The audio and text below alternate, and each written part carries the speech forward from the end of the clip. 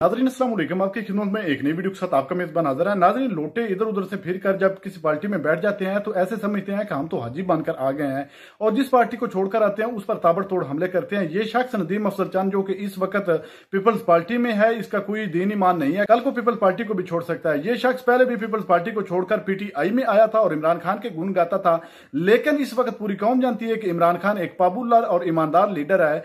लेकिन ये शख्स जो PTI को छोड़ चुका है, ये इमरान खान के बारे में बड़ी गंदी जुबान इस्तेमाल करता है। ये दलेर साफी खतून महर बुखारी के हत्थे चढ़ गया। महर बुखारी ने इसकी खूब क्लास लगाई। नाज़रीन, एक दफा वीडियो मुलाहिजा फरमाएं, फिर इस पर मुकम्मल तफसील आपके सामने रखते हैं। पीपल्स पार्टी कोई सारा कुछ हो तो ना 3 में ना 13 नहीं सर बताइए ना, मेरी बात सुने ना, आपने अपने इत्तेहादी से कहा बैठ के जनाबे वाला। सर बताइएगा, हुकूमत गिराने और बनाने के जरदारी साहब के दावों के बाद अब पीपल्स पार्टी की तरफ से एक इतना अहम कदम उठाया गया है कि आप सुप्रीम कोर्ट चले गए हैं। क्या इसको इमरान खान की तरफ से मुज़ाकरात या आपसे किसी भी बातचीत का जो उन्होंने हाल ही में फिर से ना की है, उसके बाद उस तनाजुर में इस फैसले को देखा जाए? नहीं, हम इस तनाजुर में नहीं देखें। हम इदारों को, पीपल्स पार्टी का बड़े पहले दिन से मौक़िफ़ है कि जमहूरियत चलनी चाहिए, लेकिन इस जमहूरी अमल में तमाम इदारों का एहतराम भी जरूरी है। हम इदारों को लड़ाना भी नहीं चाहते। आपको लगता है कि नून लीग सही कह रही है, आइन को रीराइट किया गया है इस फैसले से? देखिए, बड़ी सिंपल सी बात है कि जो भी टाइम लिमिट थी वो भी आइन में लिखी हुई है। हमारे एक्ट ऑफ पार्लियामेंट में भी इलेक्शन रूल्स, जो इलेक्शन रूल्स हैं पार्लियामान ने बनाया है ना। अगर उसमें अमेंडमेंट है तो पार्लियामान ने करने, पार्लियामान के अलावा कोई अमेंडमेंट नहीं कर सकता। अगर सुप्रीम कोर्ट ऐसा इशू था तो सुप्रीम कोर्ट वापस रेफर कर सकती थी। यहां तक तो लॉजिकली बात समझ आती है कि PTI की या उस सुन्नी इत्तेहाद की सीटें किसी और को नहीं दी जा सकती। मानते हैं आप ये बात? देखिए, इस बात में वजन है ना। लॉजिकली बात होती है कि जी वोट मिला है एक जमात को, या वोट मिला है आजाद को, या ग्रुप्स को मिला है, उस ग्रुप्स का कोई पार्टी ज्वाइन करने में कोई कानून है। अब ये तो नहीं है कि एक दिन मैं आपको ज्वाइन करूं, दूसरे दिन मैं उसको ज्वाइन करूं। मैं ये बात समझ रही हूं कि आप कह रहे हैं कि ये 3 दिन को 15 दिन की मोहलत कर देना आइन में कहीं नहीं लिखा, ये रिफर कर दिया जाता, मगर सिरे से लेकिन ये भी देखें, PTI, अगर PTI ने इलेक्शन नहीं लड़ा, जिन लोगों ने तो फॉर्म भरा है कि हम PTI के उम्मीदवार हैं, 39 का तो जिन्होंने डिक्लेरेशंस भी दी हैं, जिन्होंने डिक्लेरेशन दी है, उनका कोई लॉजिक बनता है। उसके बाद जिन्होंने अपने फॉर्म में कोई जमात लिखी नहीं, 41 तो 41 को कैसे आप कह सकते हैं कि आप भी PTI बन जाए? ठीक है, मगर आप ये कानून कहाँ, आइन देखे उसमें आइन कहाँ लिखा? मैं ठीक है, मगर अगर आप प्रामा फिशाई बाद नजर में ये हुआ तो फिर अगर देखे ना, मैं एक बात समझ गई, मगर मैं दूसरे अगर आप समझ जाए कि बल्ले का निशान गलत लिया गया, अब जो बहस चली, तो इसकी रिस्पांसिबिलिटी भी तो किसी पर फिक्स करें। नदीम अफजल चंद साहब,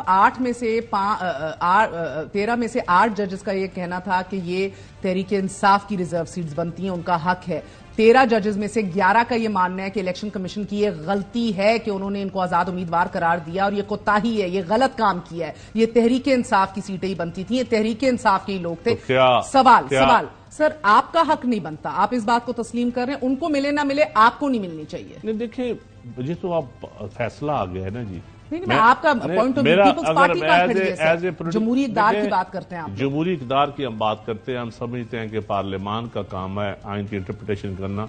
हम नजरसानी के ऊपर ही गए ना, हमने अदलिया को गाली तो नहीं दी। और पीपल्स पार्टी कभी अदलिया को गाली नहीं देती। नून लीग देती है, वो उनकी इत्तेहादी है ना आपके, वो उनकी आदत है। अब मेरा सवाल का जवाब सर, आप कह रहे हैं कि बाकी सारे दे लेते हैं। 3 दिन देखिए ना, PTI भी देती है, नून लीग देते हैं, you're absolutely right. Peoples Party नहीं देती, पीपल्स पार्टी नहीं देती। इसीलिए एक हैरत हुई, आज बड़ा शौक हुआ जब आप लोग दरख्वास्त दायर करके नजरसानी उसी अदलिया के पास गए। बिल्कुल गए, बाय राइट गए हैं, you have a right to do so, but my question over here is on principles and values sir, क्योंकि आप आइन के और इलेक्शन एक्ट के 3 दिन वर्सेस 15 दिन को सवाल उठा रहे हैं, जिसमें वजन है।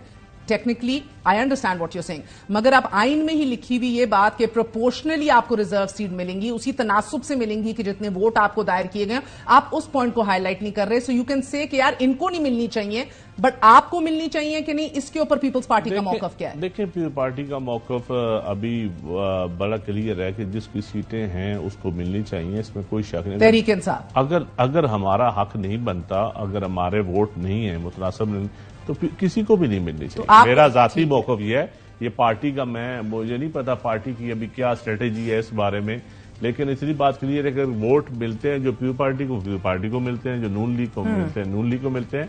इसमें तो कोई दूसरी राय नहीं है। सो ये आपको भी नहीं मिलनी चाहिए। मैं अगर हमारा वोट नहीं है तो हमें नहीं मिलनी चाहिए, ये बड़ी क्लियर सी बात है। और सर ये इस मामले पर अमल दरामद के हवाले से हुकूमत नहीं चाह रही है अमल दरामद करना, कॉन्स्टिट्यूशनल क्राइसिस का जिक्र करते हैं। इलेक्शन कमीशन ऑफ पाकिस्तान ये भी कह देता है कि अमल दरामद करेंगे, और मगर प्रेस रिलीज के अंदर मुकम्मल तरदीद और नफी भी करता है और कहता है ना हमने गलत इंटरप्रिटेशन की है, ना इसके हम कसूरवार हैं, कोई रुकावटें आई। कौन सी रुकावटें आएंगी अमल दरामद करने में? तो वापस रुजू करेंगे। आप नून लीग का यहां भी साथ देंगे अगर इधर इंप्लीमेंटेशन ना हुई? मैं समझता हूं कि इस मुल्क को रिकंसिलिएशन की जरूरत है। इस मुल्क में बड़ों को बैठकर कुछ फैसले करने की जरूरत है। कौन से बड़ों को? बड़ों को एस्टैब्लिशमेंट, जिसमें जुडिशरी, जिसमें पॉलिटिकल चीफ जस्टिस बैठे हैं, चीफ ऑफ आर्मी स्टाफ बैठे हैं, पॉलिटिकल फोर्स, तमाम स्टेक होल्डर बैठे। कौन कौन? सारे ही हैं, आपको दो पता बड़े है। तो आपने बता दिए, chief of army staff, chief justice of Pakistan, एक सदर मुमलिकत ज़रदारी साहब भी बैठे हैं, प्राइम मिनिस्टर भी हो, शहबाज शरीफ साहब। ये बैठ के इस मसले का हल निकालें। ये जो लड़ाई है ये मुल्क के फायदे में नहीं जा रही, ना अवाम के ये फायदे में जा रही, और ना इससे जमहूरियत मजबूत हो रही है। मुल्क में क्राइसिस दिन ब दिन बढ़ता जा रहा है इस लड़ाई की वजह से। अब अवाम इस लड़ाई से तंग आ चुके हैं। मैं समझता हूं कि जो भी इस लड़ाई को तवालत देने की कोशिश कर रहे हैं वो पीटीआई है या कोई और है, वो इस मुल्क के साथ खैर खाई नहीं कर रहा। पीटीआई तो जब देखें हर वक्त आप लड़ाई के मूड में हो, आप बातचीत भी ना करना चाहिए, आप पार्लियामान के अंदर भी बात ना करना चाहिए, ना करें पार्लियामान के बाहर बात। पार्लियामान के अंदर छापे, गिरफ्तारियां, रेड, उनका सेक्रेटेरिएट का सील। मैं कहता हूं वो अदालतें हैं ना, अदालतें तो पुलिस स्टेट करार दे रही हैं सर, और फिर अदालतें पुलिस स्टेट करार दे रही हैं। तो फिर पीटीआई के हक में फैसले आ रहे हैं ना। तो इसमें ये काम अदालतों का है, ये मीडिया का या मेरा या किसी और का काम नहीं है। इसके ऊपर हुकूमत वक्त कह रही है कि ये एक शख्स को वापस लाने की कोशिश कर रहे हैं।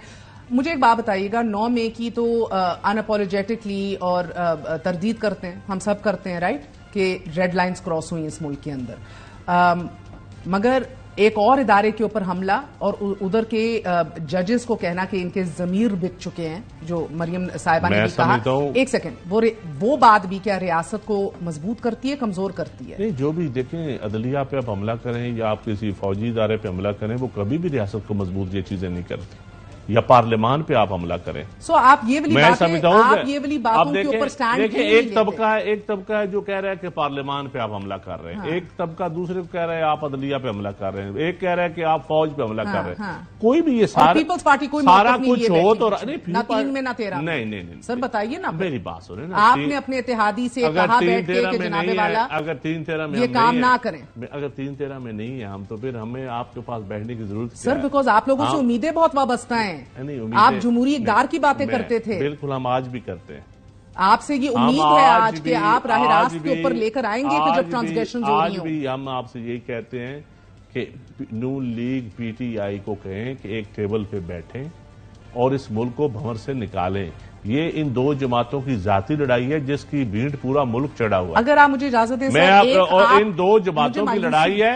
ये इदारों के पीछे छुप के, ये लड़ाई तो पॉलिटिकल है, लड़ाई तो इक़्तिदार की लड़ाई हो रही है। और सर आपकी खामोशी नीम नहीं, मुकम्मल रजामंदी नहीं है। इस मुल्क में सर पंजाब में डेफिनेशन लॉ आता है। इस मुल्क के अंदर आप लोग फायर वॉल्स लगाने की तैयारियां हुकूमत कर रही है। इस मुल्क के अंदर गला घोंट के सप्रेशन की जा रही है। इस मुल्क में फोन टैपिंग की इजाजतें दी जा रही हैं। इस मुल्क में ऐसे बजट्स आए जिसके ऊपर आपने सैलरीड क्लास तो क्या किसी अवामी इशू के ऊपर स्टैंड नहीं लिया। अपनी जाती नौयत की जो अग्रीमेंट्स थी उनके ऊपर अमल दरामद कराया, बट यही रोना रोते रहे कि हमसे मुशावरत नहीं की। But you are completely complicit and hand in glove with this government. नहीं, ये आपकी राय है, मैं आपकी राय से इत्तेफाक नहीं करता। एक स्टैंड बता दें। नहीं, मैं बता देता हूँ। एक स्टैंड नहीं, हम अगर आज अब बैन कराने में भी मदद देंगे। मेरी पीपल पार्टी अगर ना होती तो आज से 3 साल पहले ही पीटीआई पे बैन लग चुका होता। आप रेजिस्ट करा रहे थे, ये दहशतगर्द डिक्लेयर हो चुके होते इस मुल्क में। 3 साल पहले 3 साल पहले जब ये मामला शुरू हुए, पीपल पार्टी ना होती तो ये इलेक्शन भी शायद ना होते। मैं ये भी आपको बता दूं। सर आप तो इलेक्शंस की नफी करते रहे हैं। नहीं, कभी भी नहीं, कभी भी नहीं। पीपल्स पार्टी ने कभी नफी नहीं की, कभी नफी नहीं की। हमने तो हर रिग्ड इलेक्शन, थोड़ी सी हिस्ट्री पढ़ ले। पीपल पार्टी कवर किया है। मैं आपको मेरी बात सुन, 88 से लेकर पीपल पार्टी का शहीद बीबी के इलेक्शन से लेकर आज तक पीपल्स पार्टी का हर इलेक्शन चुराया गया है। बीबी की शहादत के बाद भी हमारा इलेक्शन चुराया गया। हमने फिर भी कहा आगे चलें।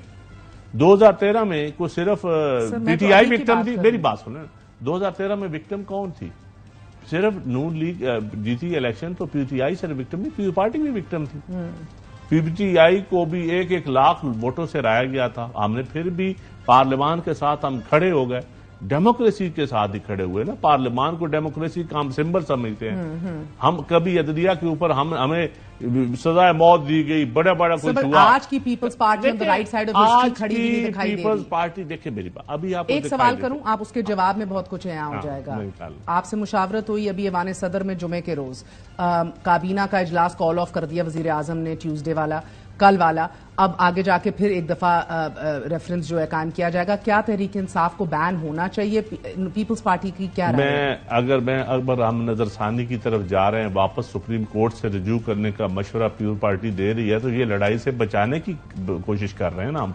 अगर हम कह रहे हैं कि मामला अदालत ये लड़ाई से बचा रहे हैं आप? बचा रहे हैं जिसकी हक है सीटों के ऊपर उसको ना मिले, या बचा रहे हैं या वापस ना हक सीटें लेना चाह रहे हैं? अगर कैबिनेट कह दे कि किसी जमात को बैन कर दे, अगर हम उस चीज को मौखर करवा रहे हैं, किसी चीज को बातचीत के जरिए हल करना चाह रहे हैं, तो क्या ये पीपल्स पार्टी का गलत रवैया है? पीपल्स पार्टी बैन को मौखर करा रही है इस नजरसानी दरख्वास्त दायर करके। पीपल्स पार्टी कह रही है कि पार्लियामान के अंदर चीजें आए, पार्लियामान को अपनी लड़ाई लड़ने दें, कोई और इदारा पार्लियामान के बिहाफ पे न लड़े, या हम मीडिया के अंदर सिर्फ लड़ाइयां न लड़ते रहें, पब्लिक को प्रोवोकेट ना करते रहे, इश्तियाल ना पैदा करते रहे अवाम में। सर मुझे सरकारी अमलाक को नुकसान ना पहुंचे। पार्लियामान के अंदर जब डिबेट होगी, आप तो मुझे समझ नहीं आ रही सर कि आप देखिए जजेस की अपॉइंटमेंट थी, रिजर्व सीट्स पे नजरसानी दरख्वास्त दायर करके आप पीटीआई को बैन से कैसे बचा रहे हैं? ये लॉजिक समझा। ये आपको मैं 5-6 दिन बाद लॉजिक नहीं, अभी थोड़ा सा समझा देना। मैं अभी थोड़ा नहीं समझाऊंगा, मैं आपको थोड़े दिन बाद समझाऊंगा। नाजरीन आपने वीडियो मुलाजा फरमाइए। नाजरीन देख लें, जितने भी एंकर मेहर बुखारी ने सवाल किए, किसी एक सवाल का भी जवाब इस शख्स ने ठीक तरीके से नहीं दिया। मुसलसल अपनी पार्टी की चापलूसी करता रहा और पीपल्स पार्टी के गुण गाता रहा।